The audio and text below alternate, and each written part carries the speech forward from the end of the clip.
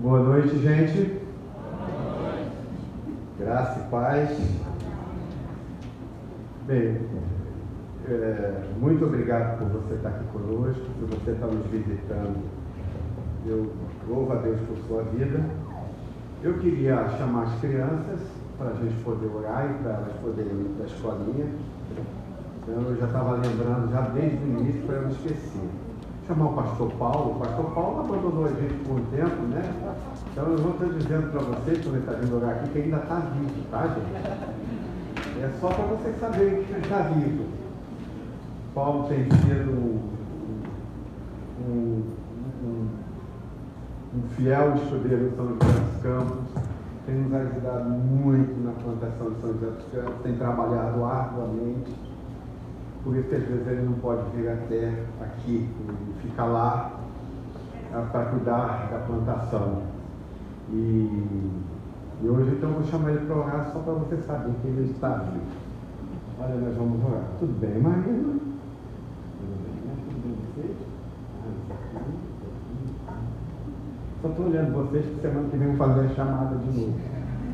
Para ver se está todo mundo aí. Se não tiver, falo depois, tá? Então vamos orar? Vamos orar. Amém, irmãos. Vamos orar? Vamos orar. Pai querido, muito obrigado por esse dia de estarmos aqui na sua casa com essas crianças tão preciosas, nossos filhos, e nós queremos te render toda a honra, toda a glória, todo o louvor pela vida delas. Te pedimos, Senhor, que graça e misericórdia recaia sobre o coração dessas crianças. Que os professores, ao ensinar o teu Evangelho, saibam o quanto isso vai redundar em frutos para a vida eterna, e que essas crianças sejam, Senhor Deus, grandes instrumentos seus nas suas mãos. Que elas se sintam amadas e possam amar as pessoas, levando a elas o teu Evangelho. Muito obrigado por essa igreja que incentiva e que abençoa a vida dessas crianças. Nós te louvamos em nome de Jesus. Amém. Amém. Eu vou deixar assim, tá?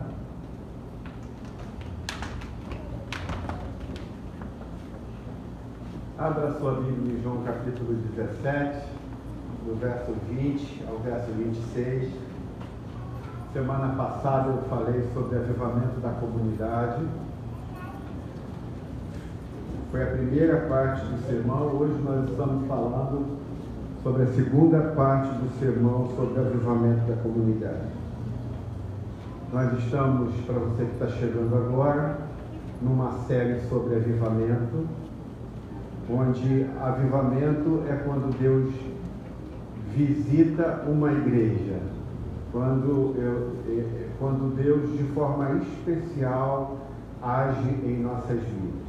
Eu não estou dizendo que esta igreja ela não tem o Espírito Santo não habita nela. Eu estou dizendo que num avivamento, esta igreja ou a igreja recebe algo tão especial de Deus, que ela começa a viver a vida com Deus de modo ordinário, isto é, ela reflete a igreja primitiva descrita em Atos dos Apóstolos, isto é, ela é uma igreja extremamente operosa.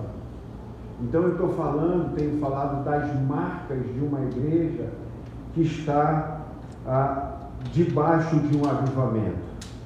Eu falei e tenho falado que se a igreja apenas tiver uma marca, isso não modifica muito a nossa vida. Por exemplo, nós presbiterianos temos como marca principal em que nós somos uma igreja bíblica, profundamente bíblica, mas nos falta adoração transcendente. Não estou falando da nossa igreja, estou falando nós presbiterianos. Nos falta adoração transcendente, nos falta, por exemplo, compaixão social, que é a marca que nós vamos falar na semana que vem. Nos falta ainda algumas coisas.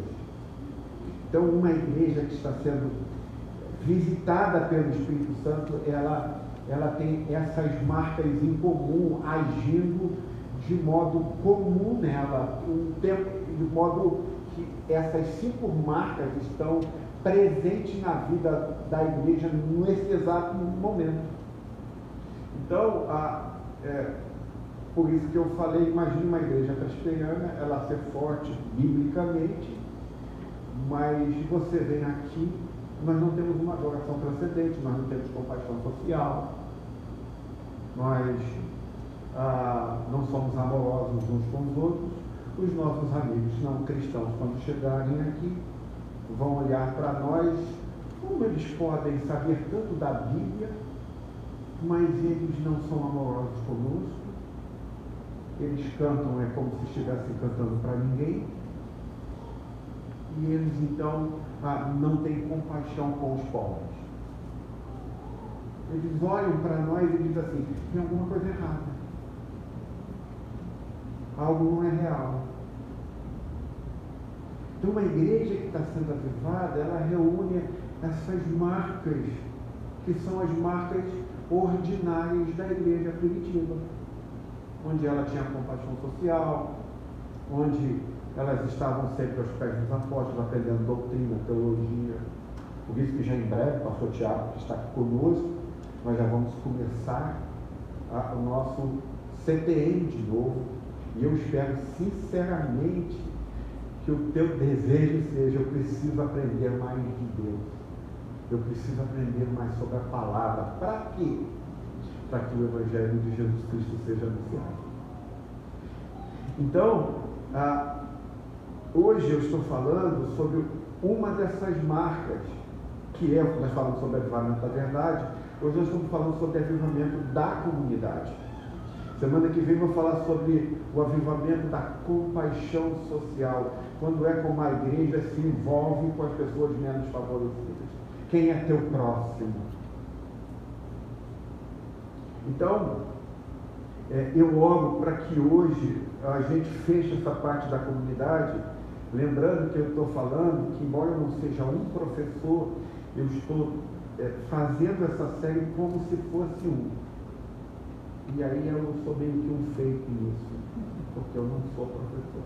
Professor, pastor Tiago, são os melhores do mundo.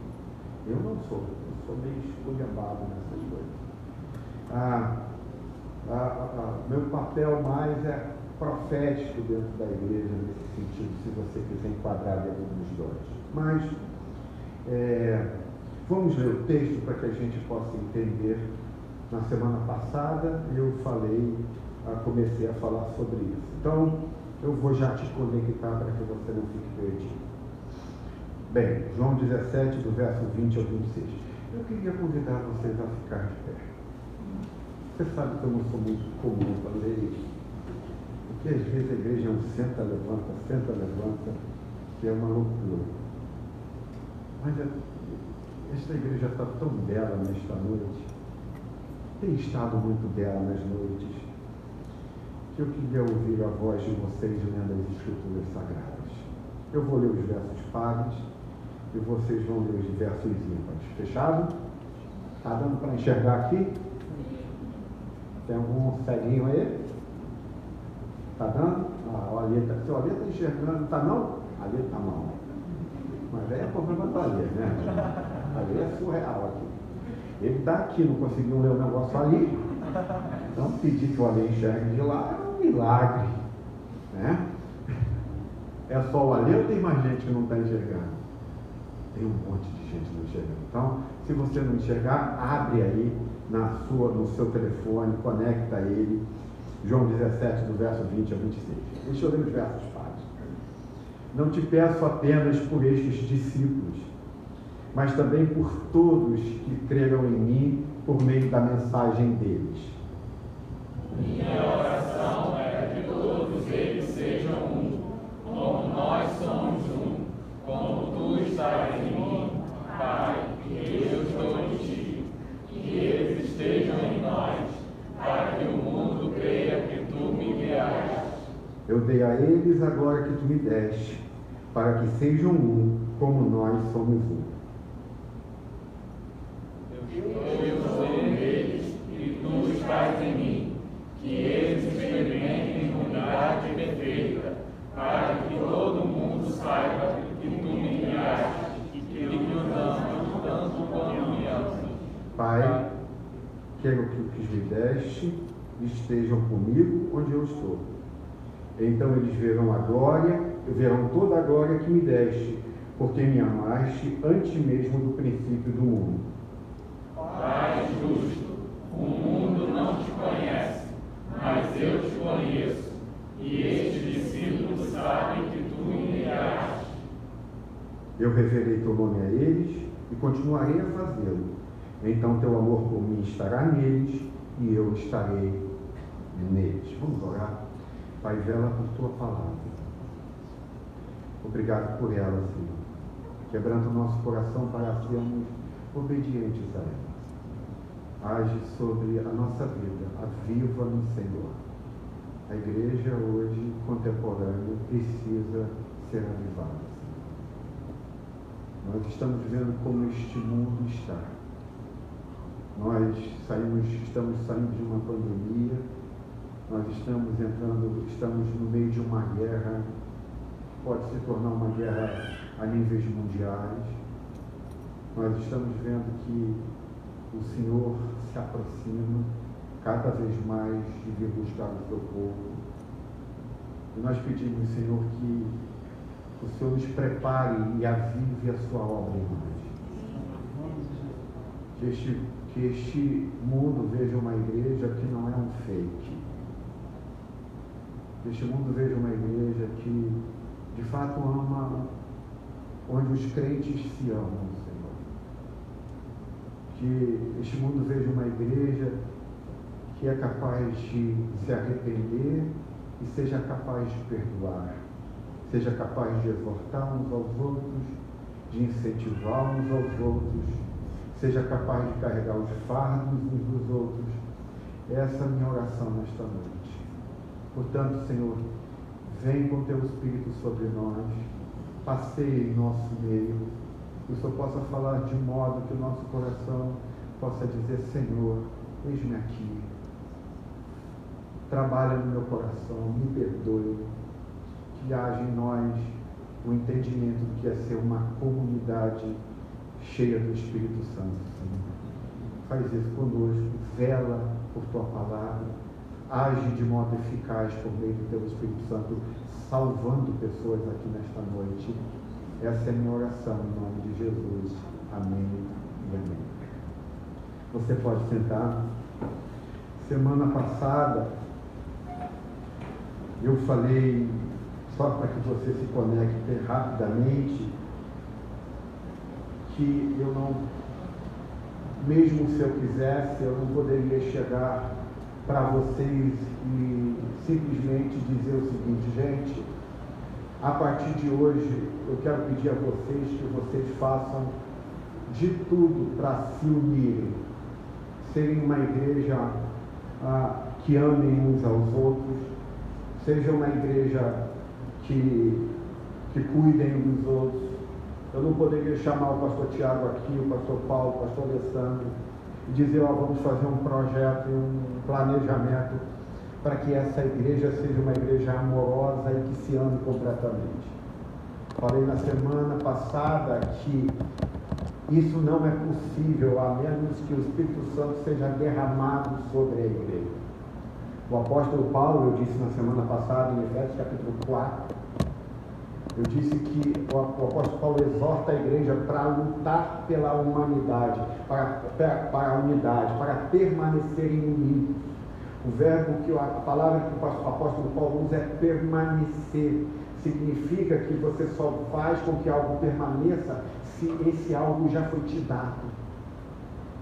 Então, a unidade da igreja, o amor de um para com o outro não é obra de um planejamento da igreja. Isso só é possível se for a partir do derramar do Espírito Santo sobre a vida da igreja. A igreja não pode escolher a partir de hoje dizer: hoje nós vamos nos amar, hoje nós vamos perdoar uns aos outros, hoje nós vamos cuidar uns dos outros, hoje nós vamos fazer isso.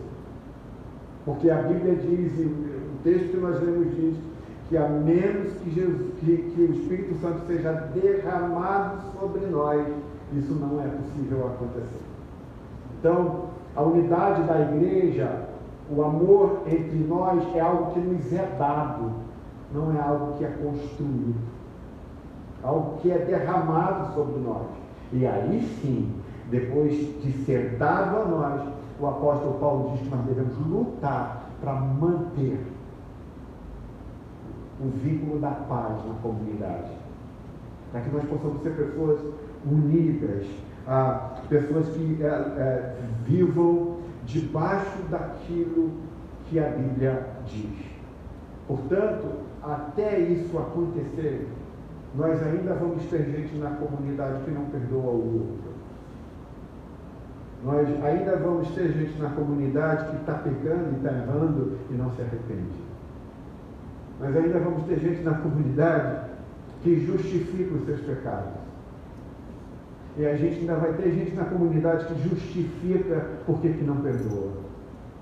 A menos que o Espírito Santo seja derramado de maneira profunda na nossa vida, na nossa existência, nosso coração, então ele pode ser demovido de tudo isso.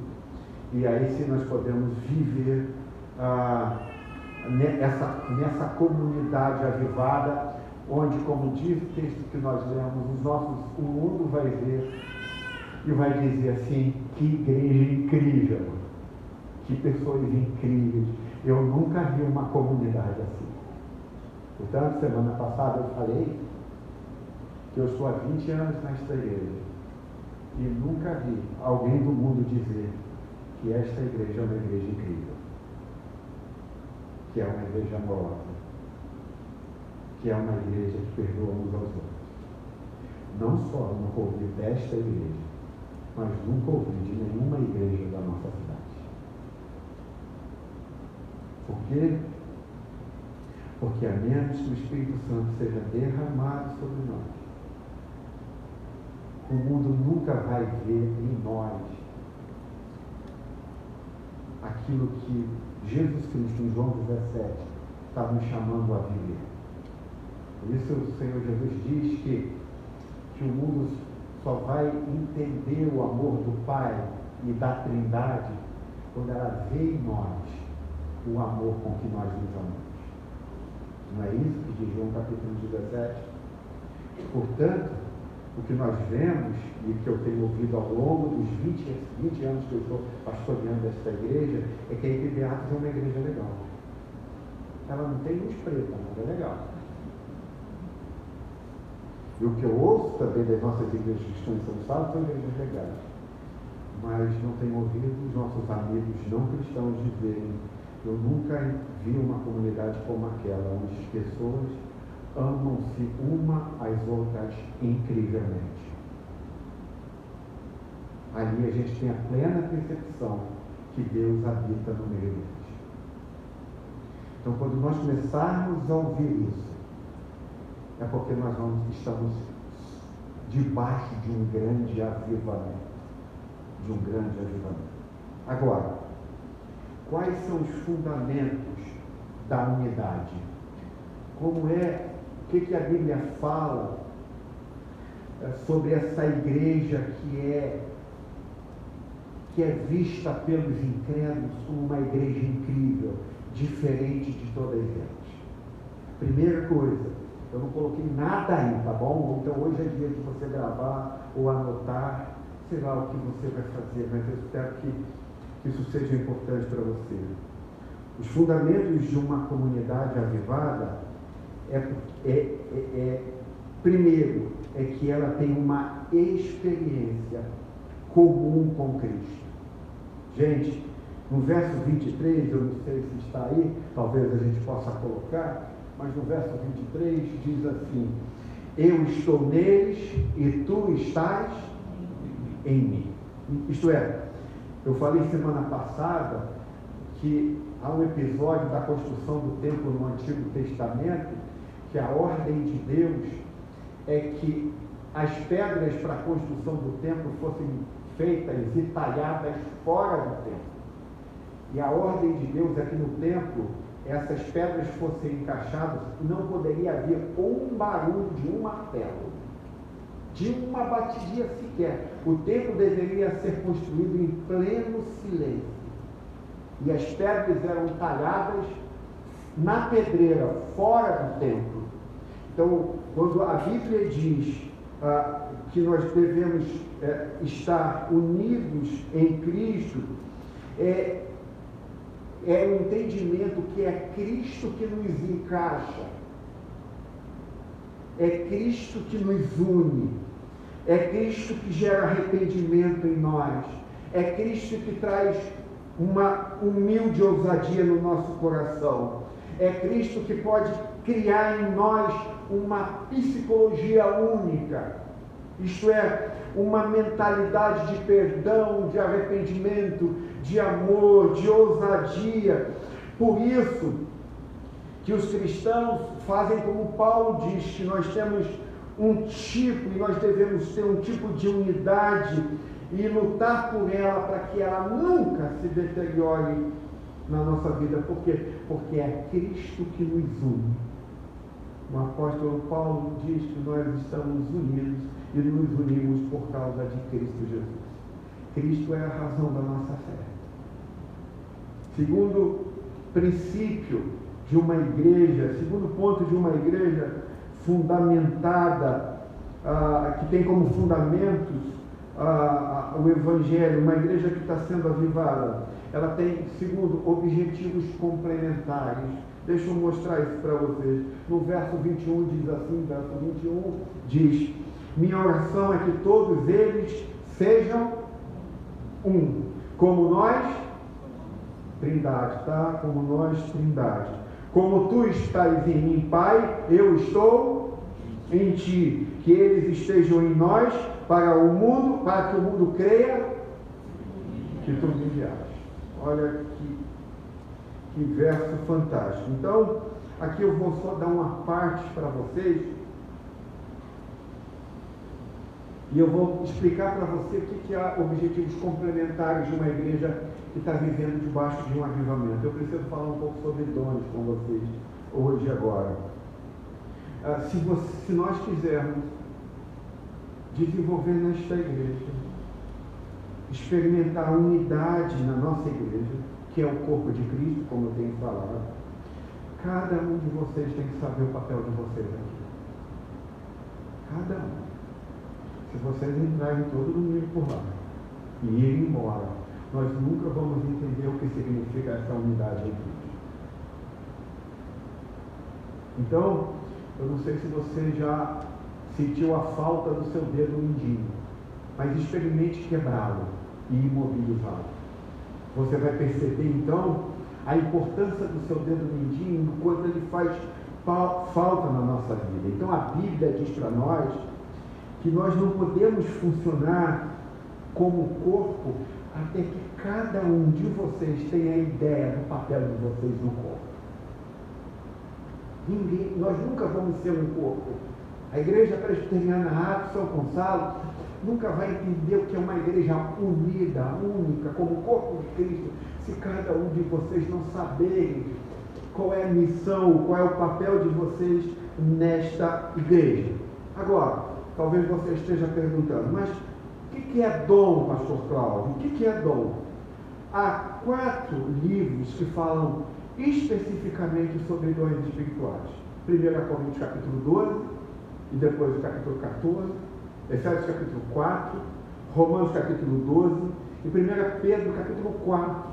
Esses 4 livros vão falar essencialmente sobre os dons. Então, o que é um dom? O dom é uma capacidade que você tem de fazer algo e que ninguém sabe fazer como você faz. Isso é um dom. Então, os dons espirituais têm a ver com a sua atividade, com as suas ações dentro da igreja, dentro da comunidade que é o corpo de Cristo.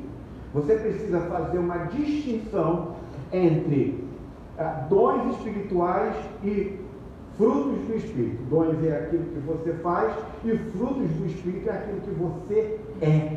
Isto é, amor, alegria, paz, benignidade, longanimidade, isto é fruto, isto é aquilo que você é. Dons são dons de misericórdia, de serviço, de exortação, de evangelismo, de pastoreio, de apostolado, que é por isso que eu digo que eu sou apóstolo, né? Eu sou apóstolo contemporâneo, não um apóstolo que fala que tem uma autoridade acima de todo mundo, mas no sentido de que eu sou um enviado à plantação. Por isso que dons é aquilo que é descrito nas Escrituras, que tem a ver com a ação. E os dons são extremamente importantes para nós. Em segundo lugar, você precisa entender que os dons espirituais, eles vêm do Espírito Santo, ele é dado pelo Espírito Santo. Então, quando você entrega a sua vida a Jesus Cristo, já no seu primeiro momento, que você confessa a sua vida a Jesus Cristo como o seu Senhor e Salvador, você recebe os dons do Espírito, você recebe as habilidades do próprio Cristo. O que é um dom espiritual? É que você está recebendo as habilidades do próprio Jesus. Isso é extremamente importante para que você entenda.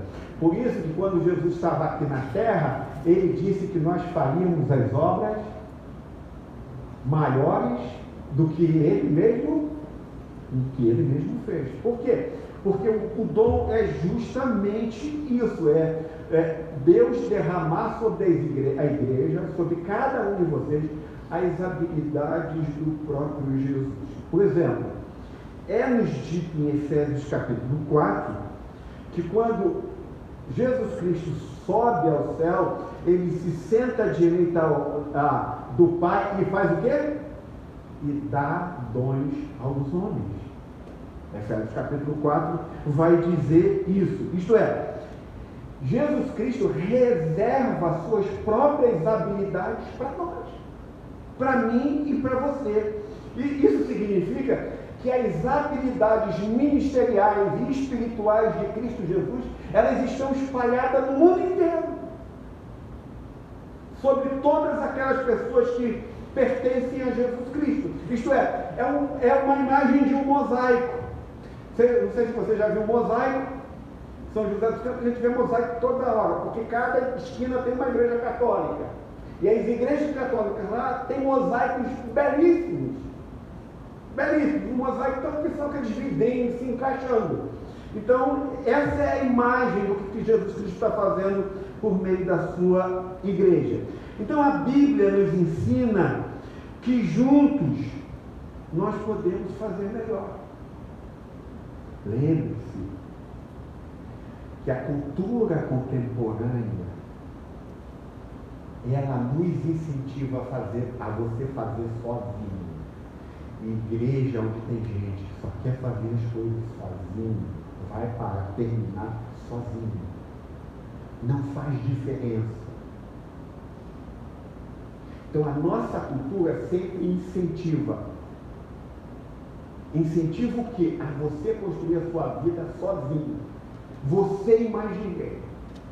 Sua família e mais ninguém. Mas isso é uma cultura extremamente antibíblica. Por quê? Porque a Bíblia diz que só quando nós estamos trabalhando juntos, entendendo que nós somos uma equipe, que nós somos o corpo de Cristo, é que nós vamos poder mostrar à cidade quem é Jesus Cristo. Como é Jesus Cristo. E como ele age na vida da cidade. Então, nós somos, em muitos casos, pedacinhos de vidro se encaixando. Mas se você decidir por conta própria, simplesmente achar que você vai fazer esse negócio sozinho, você é apenas um pedacinho de vidro solto, que não vai fazer diferença nenhuma na nossa cidade. Por isso que uma igreja que está debaixo do poder do Espírito Santo, sendo avivada, ela é um monte de vidrinhos que estão se encaixando e se tornando um mosaico, mostrando para a cidade quem é Jesus de verdade. Eu não sei, e aqui está um verso que é fantástico, em Efésios capítulo 2, verso 17. Paulo vai dizer um texto que vai mostrar muito o que é esse Jesus Cristo que se espalha no mundo inteiro. Imagina EPB Atos em São José dos Campos, em Itaipuaçu. Eu espero que você esteja aqui e queira plantar uma nova igreja. Tem uma galera já na fila, eu sei que tem. Mas eu oro para que você queira aprender as Escrituras, queira ser preparado por esta igreja, fazer um seminário.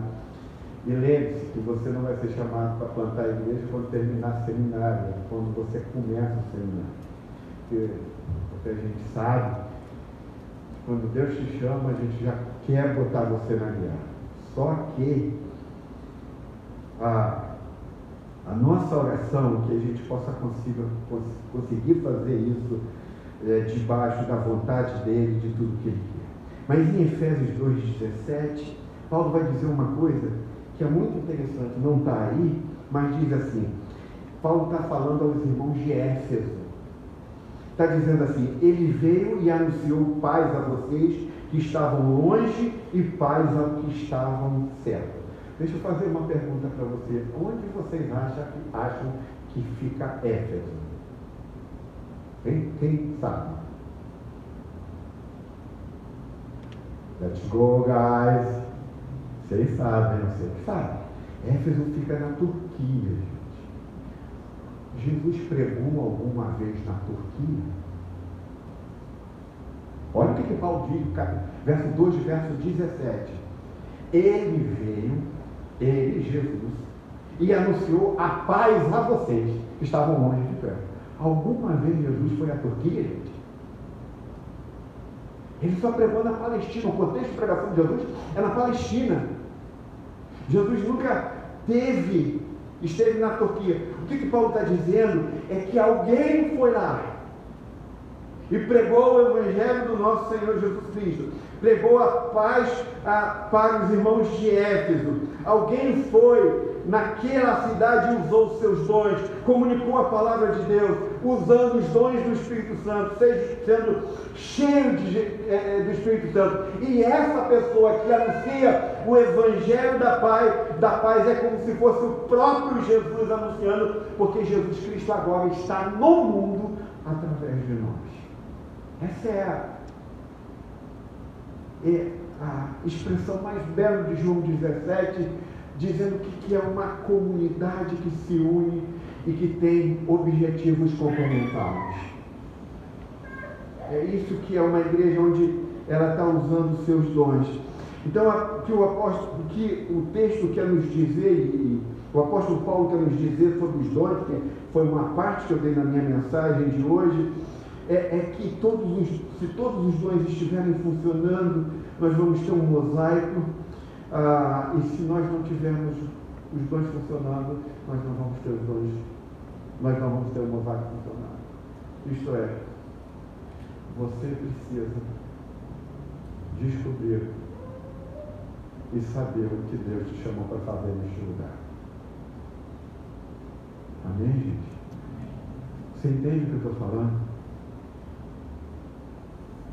Eu lembro quando os meus 2 filhos, que já estão grandes, João com 19, Rafael com, sei lá quantos anos tem Rafael, acho que é 21 ou 22. Os moleques já estão maiores que eu, mais fortes, já me peitam, já querem, qual é, velho? Eu comprava uns, eu não sei se o Thiago já faz junto com essa esposa. Quem tem neném pequeno aqui, Luiziane não tem mais neném pequeno, eu olhei para ali, Moisés ali, não tem mais. O Juninho lá também, já todo mundo cresce. Mas eu comprei uma vez eu comprei um tipo de quebra-cabeça que você não sabia o que ia montar, o que é o fim, qual é o resultado. Ele tinha pontos. E a ideia é que meus filhos começassem a ligar os pontos, só no final que eles iam descobrir, é uma baleia, é um avião, é isso ou aquilo. Mas eles só saberiam qual era o desenho que estava naquele quebra-cabeça, se você conectasse cada ponto. Da mesma forma, a única forma que nós vamos ter a plena convicção do que Deus nos chamou para fazer nesta cidade é quando nós ligamos vocês ao que Deus quer fazer nesta igreja.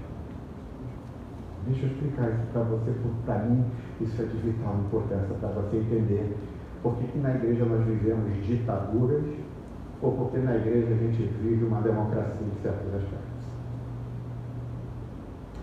É muito importante que você entenda que a menos que vocês comecem a ser instrumentos de Deus nessa cidade, nós não vamos saber com exatidão o que esta igreja deve fazer nessa cidade. Nós somos chamados para plantar a igreja. Não é à toa que é verdade que o Espírito Santo tem levantado muitos rapazes para estudar, para fazer seminário, porque ele tem olhado a plantação de novas igrejas. Parece que é algo que Deus. Mas Deus tem mais coisas para fazer. É um grande agir de Deus sobre a vida da igreja. Mas como é que nós vamos descobrir a missão desta igreja de forma plena, se vocês não usarem seus dons? Deixa eu fazer com que você entenda uma coisa. Veja bem, como que essa igreja, por exemplo, o Luiz é o nosso presbítero. Ele foi. Ele é da nossa igreja. Ele é presbítero. Mas ele já foi. Ano que vem vai ser ordenado pastor, porque daqui a pouco a igreja dele, a plantação dele vai estar se sustentando, e ele é ordenado e vai embora. E aí, só ficou o último dos moicanos, que é o Douglas.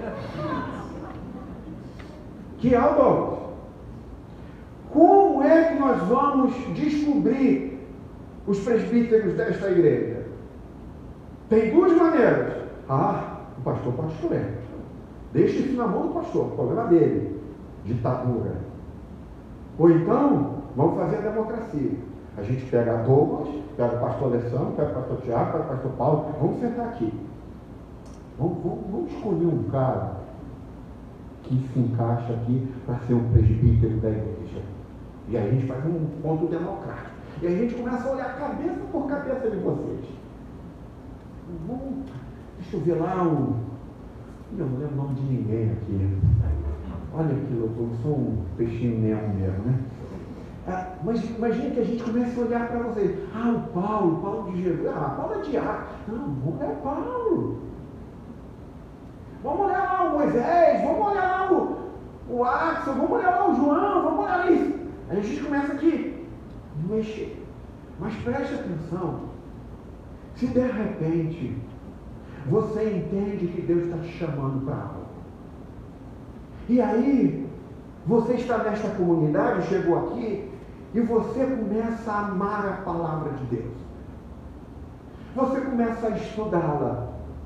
E de repente nós começamos a ver você ajudando as pessoas mais fracas na fé, mostrando as escrituras para ela, exortando quando elas estiverem pecando, ajudando as pessoas a crescer, ensinando como ela pode ler as escrituras, ensinando como ela pode andar na presença de Deus, ensinando como ela deve se portar como um cristão.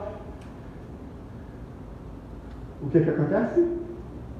O Espírito mostrando que nós temos um presbítero nato na igreja. Por quê? Porque você decidiu. Porque você começou a entender que Deus estava te chamando, e você entendeu que havia um dom em você, e você começou a amar aquilo que você faz. Entende? As nossas igrejas normalmente são compostas ou de ditadura ou de democracia. Porque raramente nós estamos vendo os nossos irmãos usando seus dons. E a gente tem que ficar, às vezes, tateando. Imagine que nós precisamos de um líder de mulheres, um líder de jovens. Nós já temos tudo isso, tá? Mas imagine. E aí nós começamos a ver mulheres, uma irmã que tem o seu joelho no chão, que quer que as nossas mulheres, porque uma das coisas mais interessantes dos ministérios de mulheres contemporâneos, o grande lance de fazer ministério de mulher é dizer que você é linda e princesa. Estou ficando velho, não estou? Não estou ficando velho com esse negócio. Porque os jovens vão dizer, pastor, estou ficando velho. Justamente porque aposto que Pedro diz assim, cara, o teu valor não está em muitas joias. não está na tua maciez da pele, mas de ter um espírito amável, dócil e que viva na presença de Deus.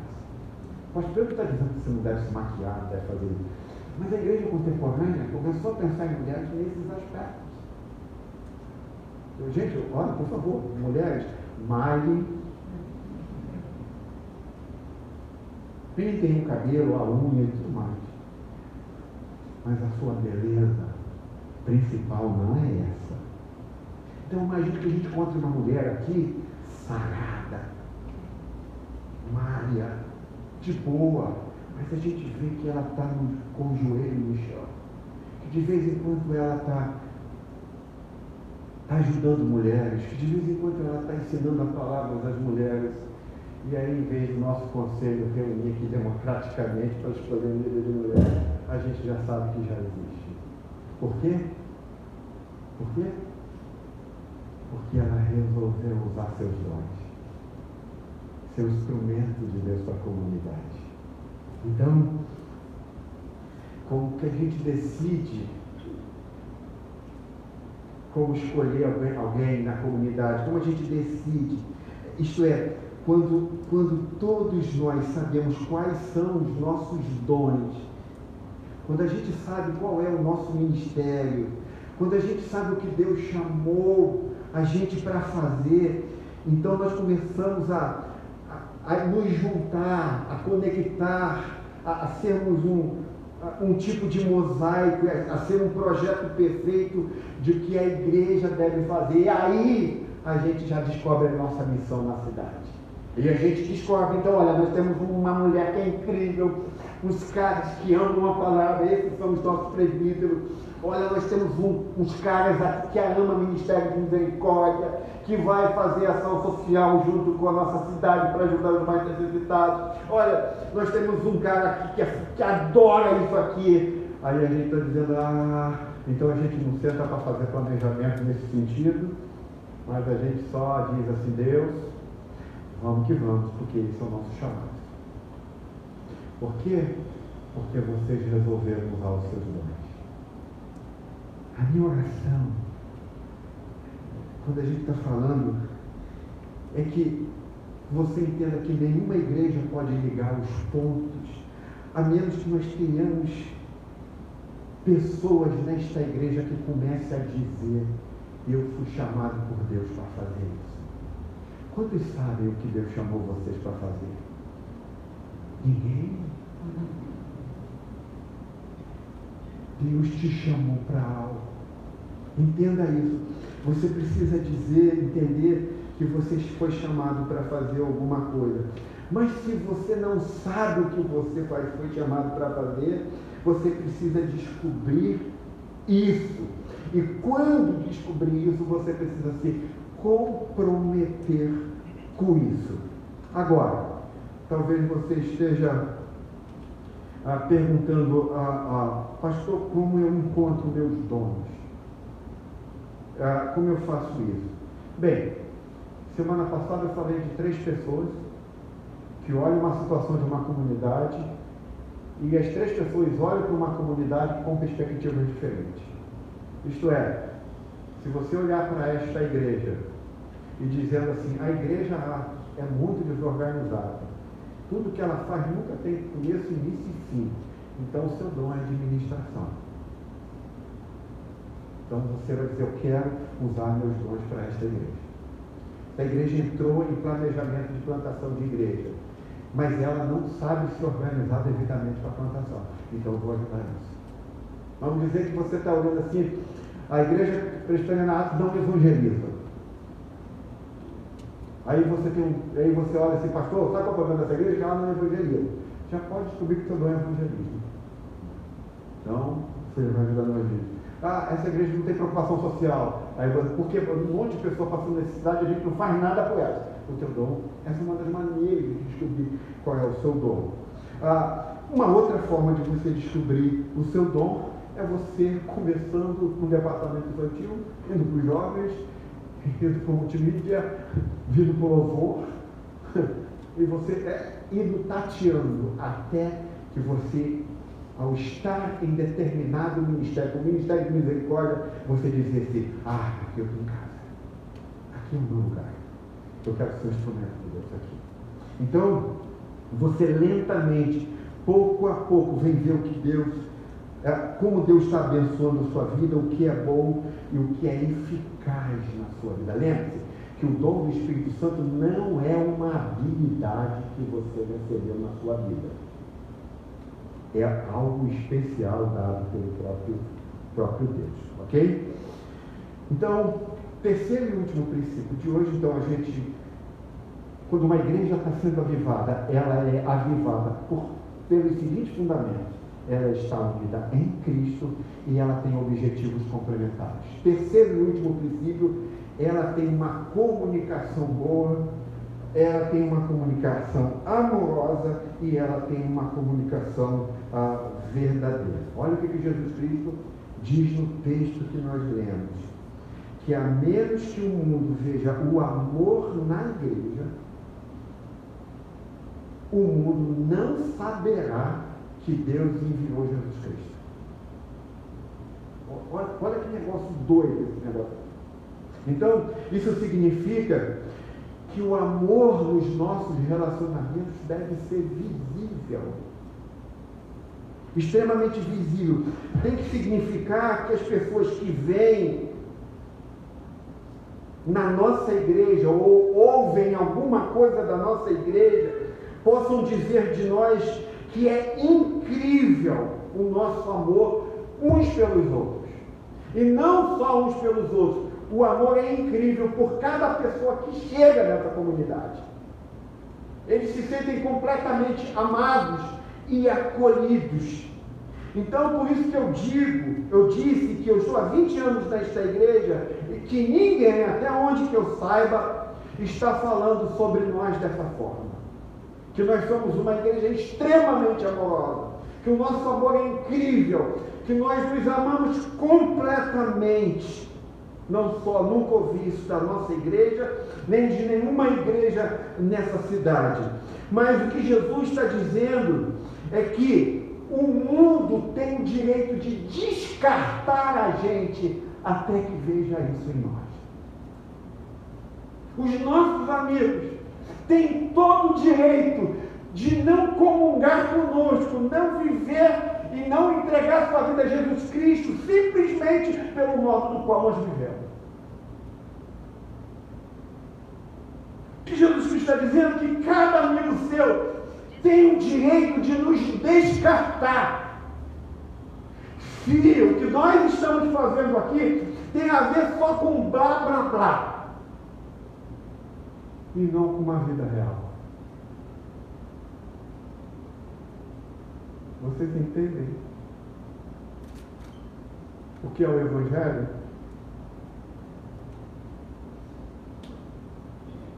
Imagine teu amigo descartar esta igreja porque é o seguinte, cara, adoro ouvir a mensagem, adoro ouvir a palavra do pastor, aí, mas de boa, vocês não fazem nada do que vocês são ensinados.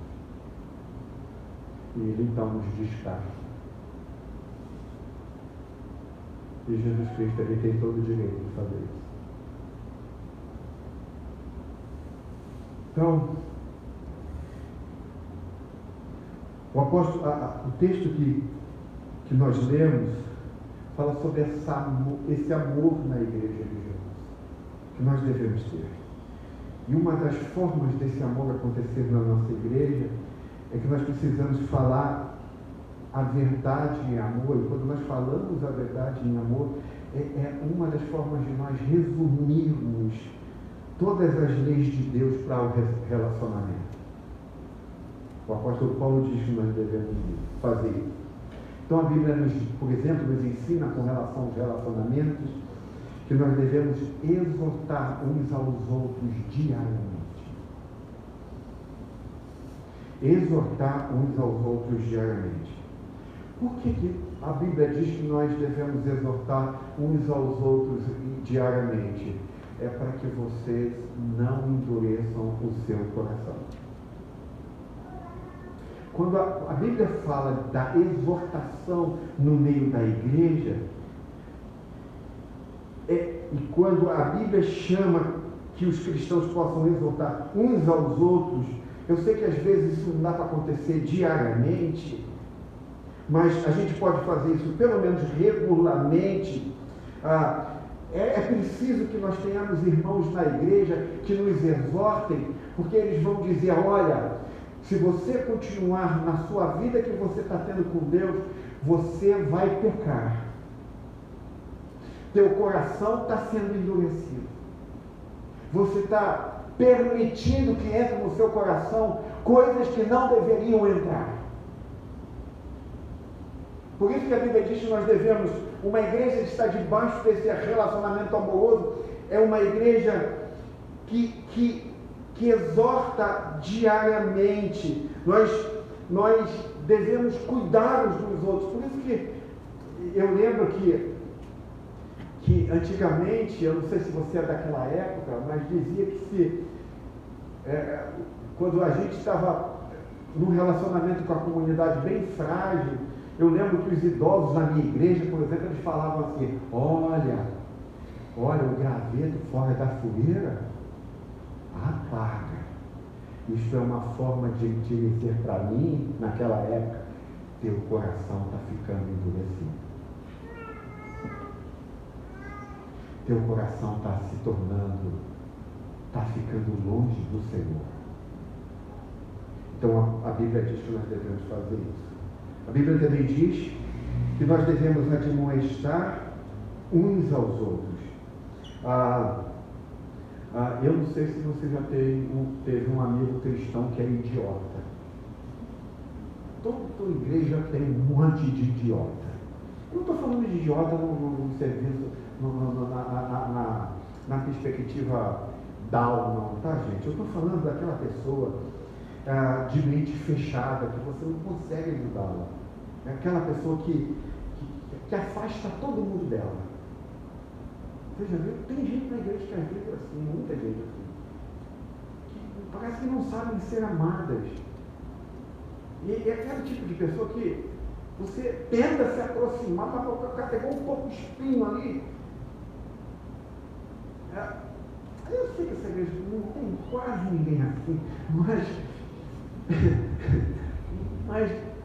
mas a Bíblia diz que em Gálatas 6:1, o apóstolo Paulo vai dizer que se você ver algum irmão em transgressão, você deve ser gentil com essa pessoa e admoestar essa pessoa, mesmo que ela seja uma pessoa de difícil trato.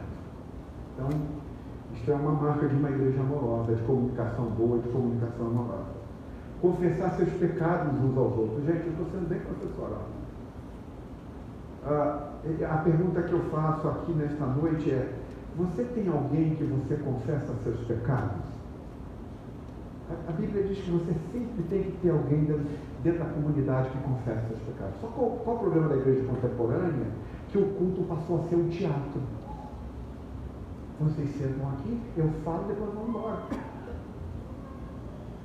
É como se você fosse ver o filme do Batman. Viu o filme do Batman? Muito bom. 3 horas de filme. Quem consegue ver 3 horas de filme? João foi ver essa semana, sei lá, ele falou belíssimo. Eu falei: quanto tempo? 3 horas, tá louco.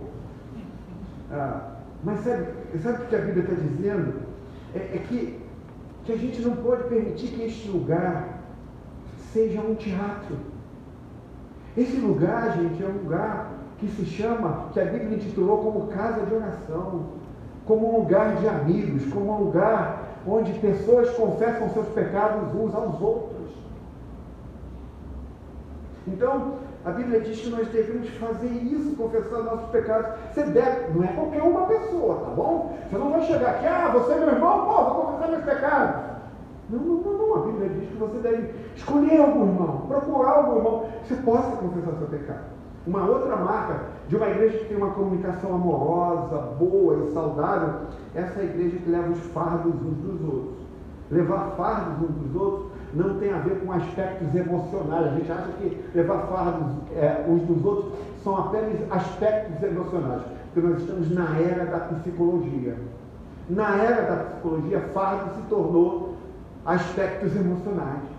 Mas quando a Bíblia fala assim, levar fardos uns dos outros, está falando de que, que se alguém na igreja tem algum problema físico, um problema econômico, algum outro tipo de problema, nós carregamos os fardos. Então vamos dizer que uma irmã nossa aqui, a idosa, ela está doente. E os filhos moram bem longe. Então essa igreja aqui, que carrega os fardos uns dos outros, se une e vamos dizer, olha, segunda eu vou, terça você vai, quarta você vai, quinta e nós vamos cuidar dessa irmã até que ela esteja plenamente restaurada. Amém, gente? Amém. Então nós temos um irmão que precisa mudar de qualquer jeito, mas ele não tem dinheiro para pagar o raio da mudança. Então a gente se junta aqui e dá um jeito, nem que se for de jegue, de levar a mudança desse irmão. Isso é fardo. Fardo tem a ver com aspectos físicos, econômicos. Tá bom? Para você ter uma comunicação saudável, amorosa, a Bíblia diz que nós devemos aceitar uns aos outros. Aqui eu queria parar um tempo para isso.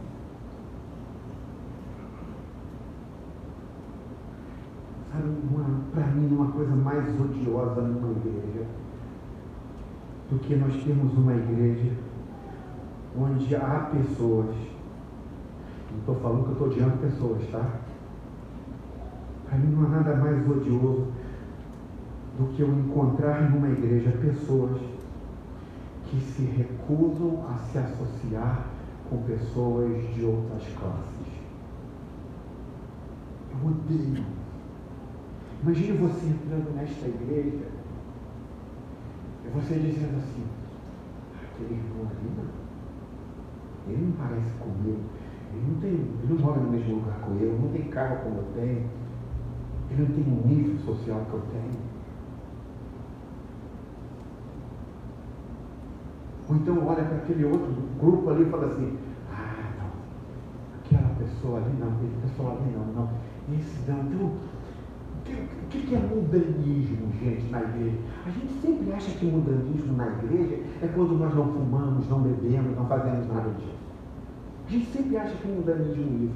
Mas mundanismo é quando você entra num lugar como esse, numa igreja como essa, e você olha para as pessoas e você tenta ficar com as pessoas que é parecida com você, que é da tua cor de pele, que é da tua classe social.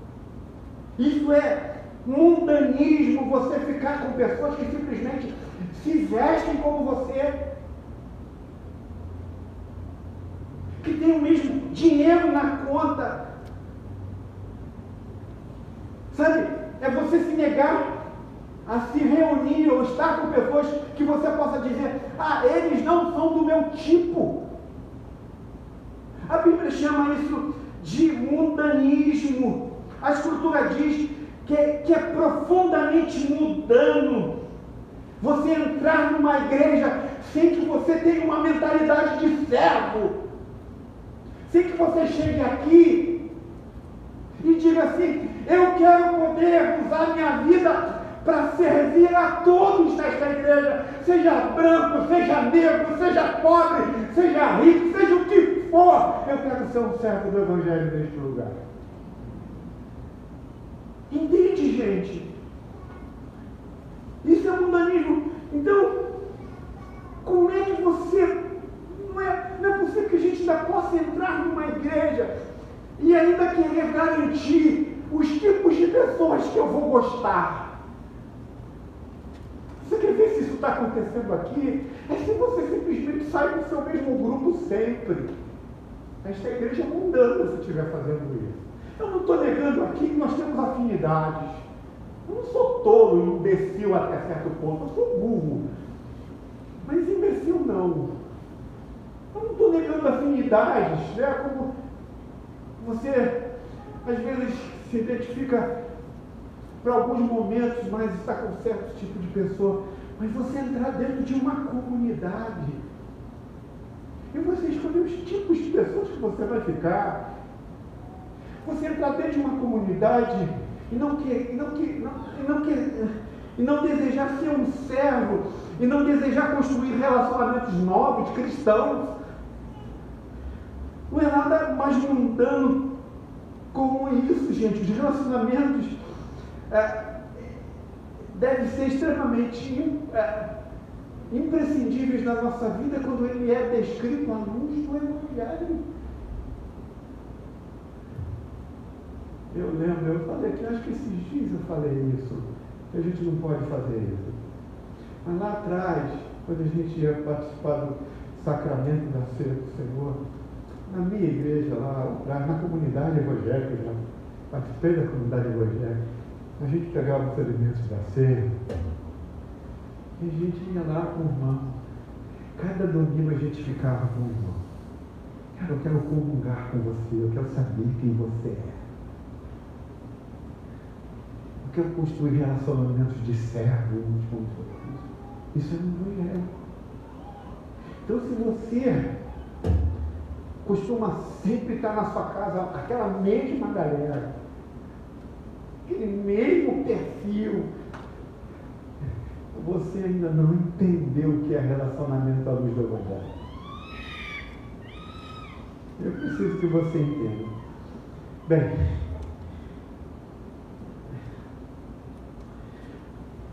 mas há duas marcas de bons relacionamentos na igreja para que elas se sustentem, que deve ser a marca do cristão. Essas duas marcas chamam-se arrependimento e perdão. Deixem-me falar um pouco mais sobre essa. Vocês querem que eu acabe? Eu posso acabar aqui, não me lembro um jeito.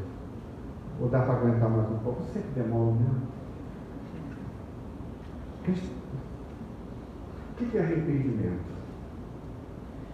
Arrependimento, a Bíblia diz que primariamente, eu estou falando isso porque não há como construir uma conversa boa, um relacionamento saudável, não há como extirpar da igreja uma mentalidade mundana, se nós não entendermos o que é arrependimento e perdão.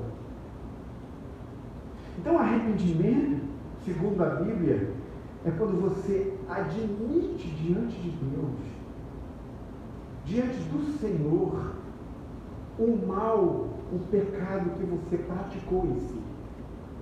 Isto é, você admite para Deus o que você fez de errado. Então você acerta as contas com Deus pelo seu pecado. Esse é o primeiro ponto do arrependimento. Em segundo lugar, o arrependimento é quando você confessa a pessoa que você ofendeu ou que você fez mal, sem qualquer tipo de acusação ou sem qualquer tipo de defesa verbal. Isto é, você não justifica nada. Eu fiz isso com você porque você isso, aquilo. Não! Arrependimento tem como segundo princípio é que se você machucou alguém, feriu alguém, você vai até essa pessoa sem nenhum tipo de expressão verbal ou defesa verbal e simplesmente você confessa seu pecado diante dela. Em terceiro lugar, o arrependimento, segundo a Bíblia, é que você, depois que você se arrepende diante de Deus, depois que você se arrepende diante da pessoa que você machucou e feriu, você, junto com essa pessoa que você feriu, você traça um planejamento de mudança. Isto é, como isso funciona? Você não apenas vai chegar para a pessoa e dizer assim, perdoe-me, eu sinto muito pelo que eu fiz a você, mas você vai dizer para ela, eu quero poder garantir diante de você hoje que eu vou fazer todo o esforço para que isso que eu fiz com você nunca mais se repita. Arrependimento diante de Deus, diante do próximo, e um planejamento de comprometimento de que isso não vai se repetir. Imagine se isso começasse a acontecer dentro da nossa comunidade. Agora, o que é o perdão? Por outro lado, o perdão, obviamente vocês já ouviram isso, porque é uma obviedade. O perdão, ele precisa ser concedido antes de ser sentido. Porque é isso que a Bíblia diz. Então, imagine que você esteja aqui e diz: mas pastor, como é que eu posso perdoar uma pessoa que me feriu? Eu tenho um ódio terrível dessa pessoa. Isto é, Jesus diria para você, e a Bíblia diz para você, que essa raiva não vai passar antes que você perdoe.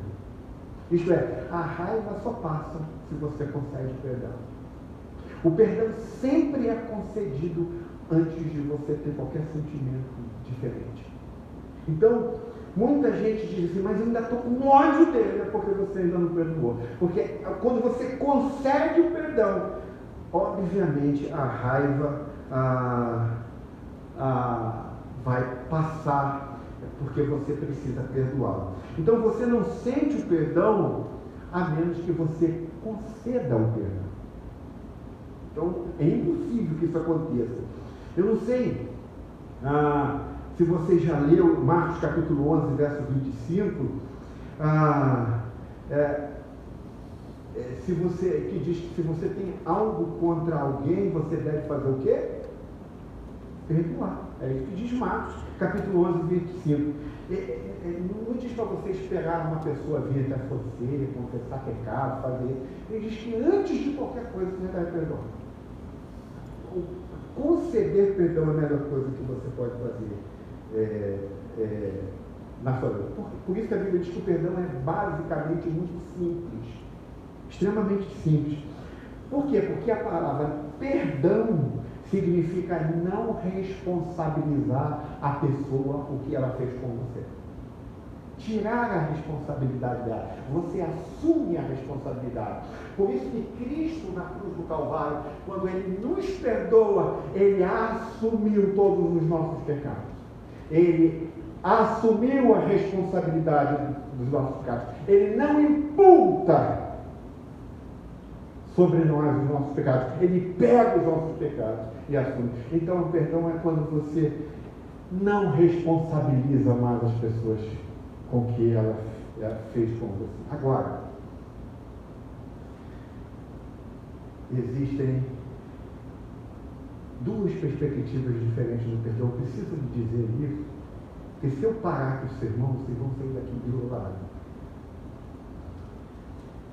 Primeiro episódio, duas características diferentes do perdão. Isso está descrito em Mateus capítulo 5. Mateus capítulo 5. Você em casa pode ver isso mesmo.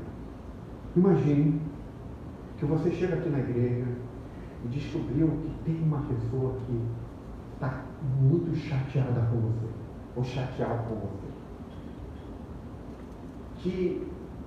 E essa pessoa não consegue nem mais falar contigo.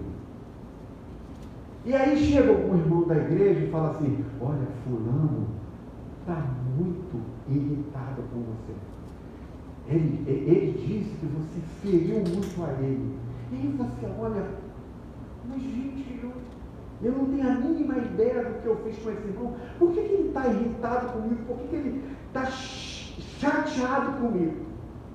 Então Mateus 5 diz que você deve ir a essa pessoa e chegar para ela e dizer assim: olha, eu soube que você está muito furioso comigo, está muito chateado comigo, está muito irritado comigo, só que eu não tenho a mínima ideia do que eu fiz com você.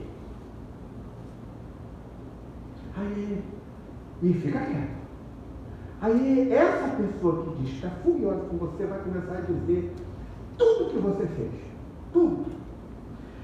Diante disso, tudo que ela falou com você, de que ela disse que você fez com ela, 10% do que ela falou realmente tem razão. 90% do que ela falou não faz sentido. Mas 10% faz sentido. Então você chega nesses 10% do que ela falou e diz assim: puxa vida, eu reconheço que isso realmente eu fiz com você. Eu quero te pedir perdão, confessar meu pecado. E eu eu realmente machuquei você e não deveria ter feito isso. Só que ainda tem 90% que você não concorda em nada do que ela falou. Você espera a coisa baixar, segundo Mateus capítulo 5. Espera a poeira baixar. Chega para essa pessoa que falou 90% de coisas que não tem nada a ver com você, que você não fez, mas que ela está te acusando.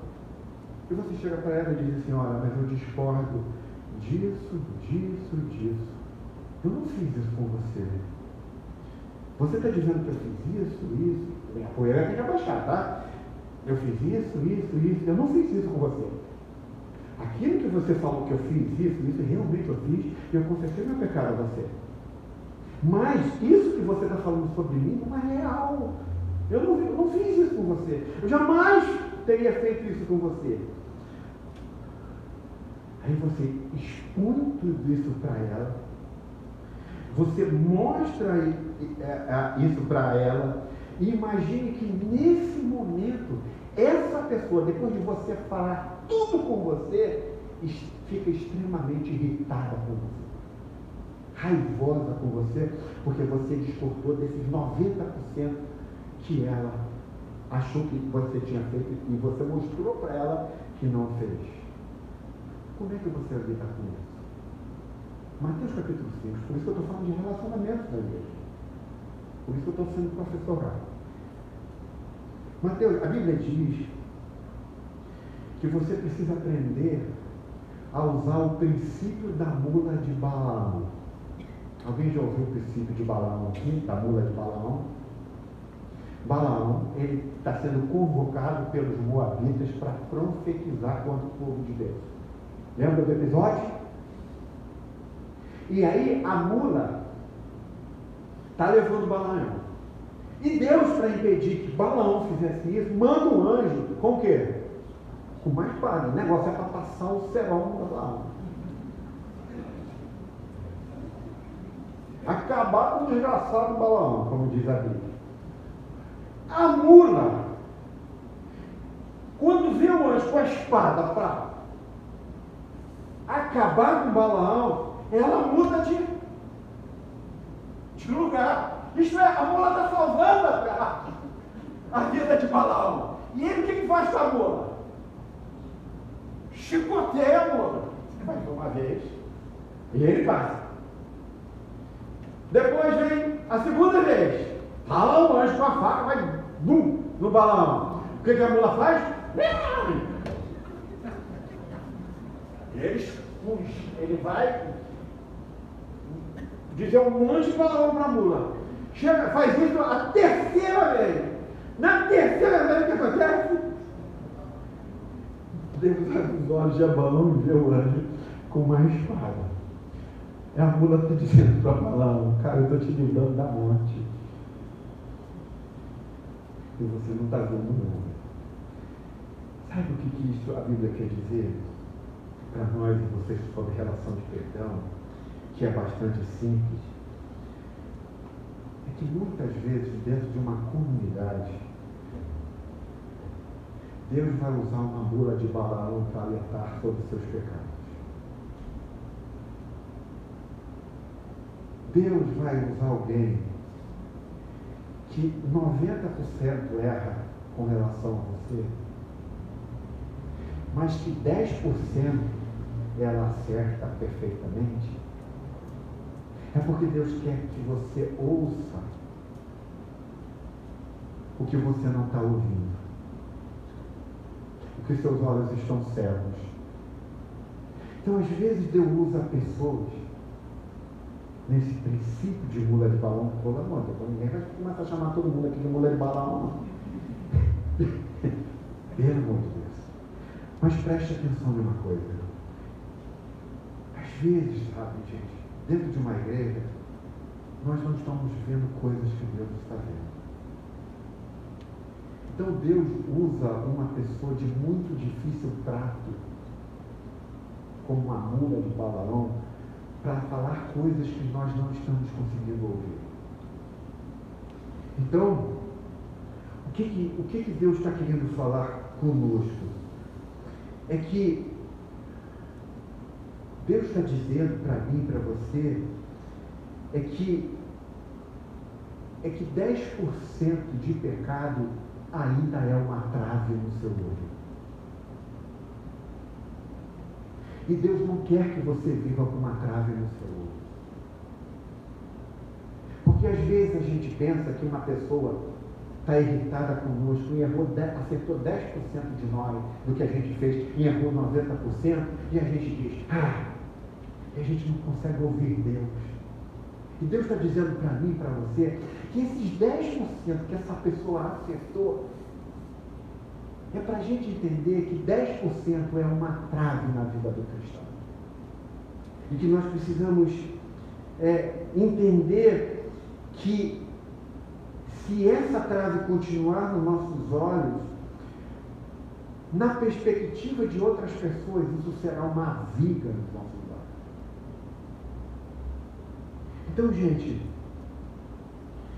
Jesus está dizendo para mim e para você que tem 10% de que nos acusaram, que qualquer coisa no nosso olho, ainda que seja 10%, nós precisamos encarar como uma grande trave.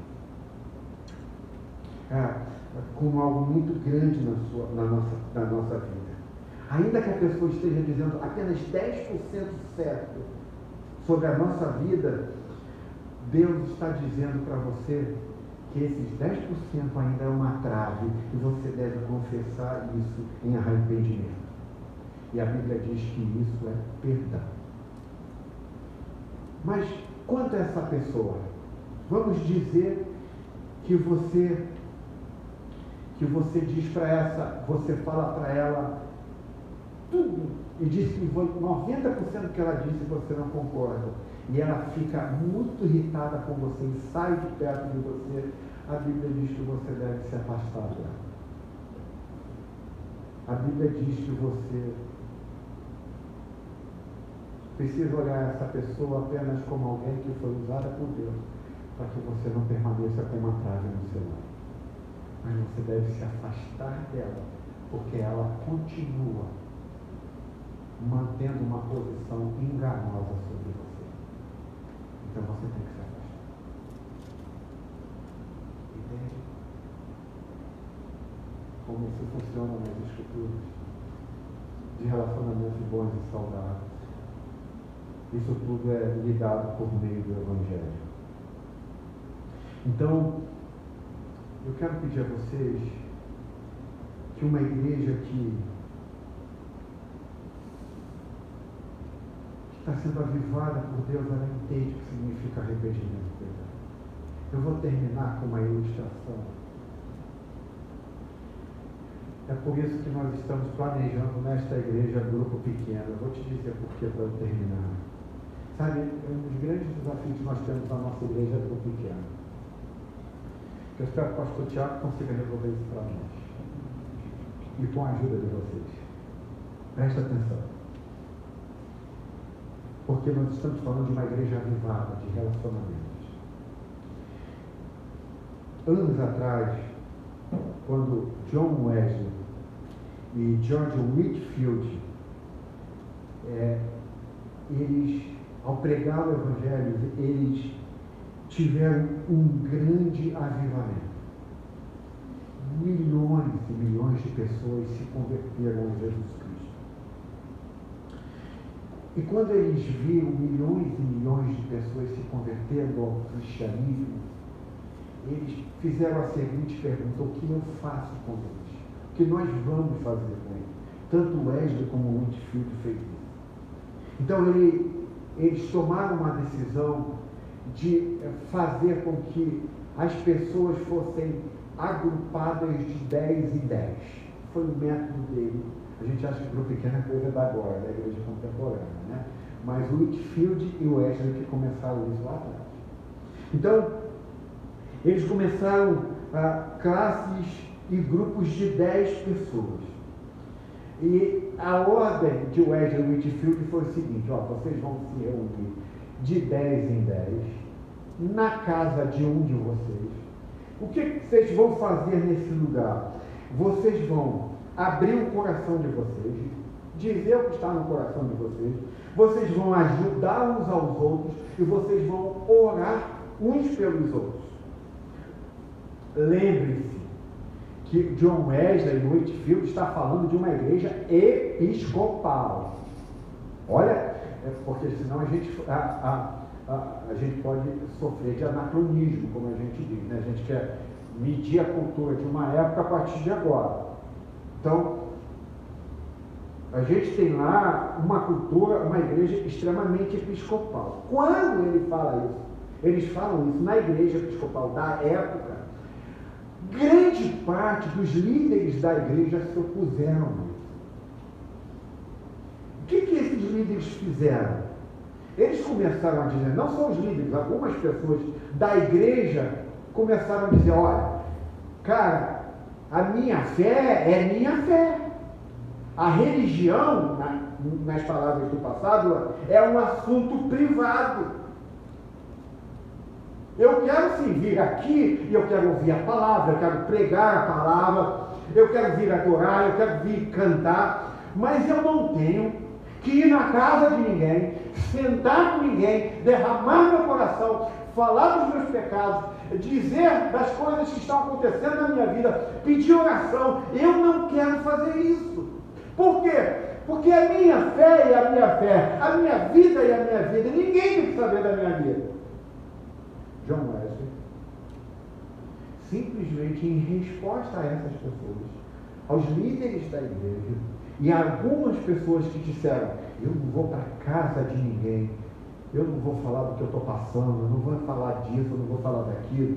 John Wesley, em resposta, ele diz o seguinte para os líderes e para as pessoas que está no seu ponto. Eu vou dizer com as palavras dele, tá? Ele diz assim, ele abriu a Bíblia, colocou no lugar devido e calmamente ele disse, confessem seus pecados uns aos outros. Tiago, capítulo 5, verso 16. Exortem uns aos outros diariamente, para que não sejamos endurecidos pelo pecado. Hebreus capítulo 3, verso 3.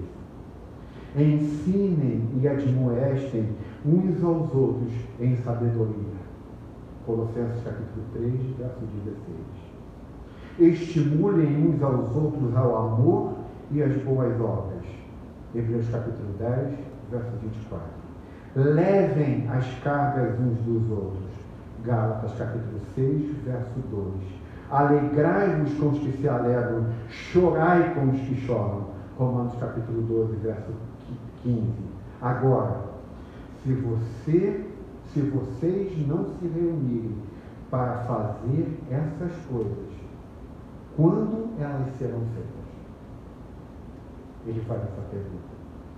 Aí ele continua. Não estamos nos reunindo para fazer estas coisas neste culto. Esse não é o objetivo principal da nossa reunião. Muitas coisas acontecem. Nós louvamos a Deus, nós adoramos ao nosso Deus, durante, depois e antes, mas essa não é a razão de nos encontrarmos, de confessarmos os nossos pecados, de nos derramar disso ou daquilo. John Wesley diz e repete para a comunidade como nós vamos obedecer a palavra de Deus. Isto é, o John Wesley está dizendo o seguinte: nós temos um culto glorioso, nós aqui ouvimos a pregação, nós aqui adoramos, nós aqui nos vemos, mas quando é que vocês vão tirar tempo para confessar seus pecados uns aos outros? Quando é que vocês vão falar dos seus dramas? Quando é que vocês vão chorar uns com os outros? Quando é que vocês vão se alegrar uns com os outros? John Wesley diz, é quando vocês se reunirem de casa em casa e praticarem o que a Bíblia está dizendo. Porque este lugar não é para isso. Quero terminar minha pregação dizendo que uma igreja que sofre avivamento, ela entende que o culto tem seu lugar devido. Mas aqui não é lugar de nós confessarmos, porque nós aqui estamos no meio de muita gente, aqui a gente não consegue chorar uns com os outros, aqui a gente não consegue se alegrar. John Edward vai dizer: quando é que vocês vão fazer isso? É de casa em casa, é no PG, é no pequeno grupo, que nós vamos poder fazer isso. Então, esta igreja vai começar a ter uma linguagem amorosa, uma vida amorosa, e vai começar a chorar com os que choram, vai confessar os seus pecados uns aos outros, vai se alegrar com os que se alegram. Então, nós vamos ver Deus, o Espírito Santo, sendo derramado sobre nós. Vamos orar? Queria chamar os músicos, chamar os líderes.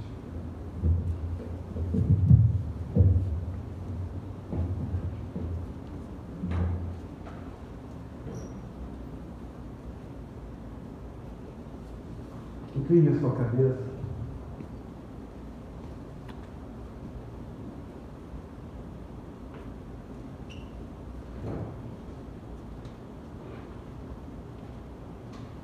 Feche seus olhos.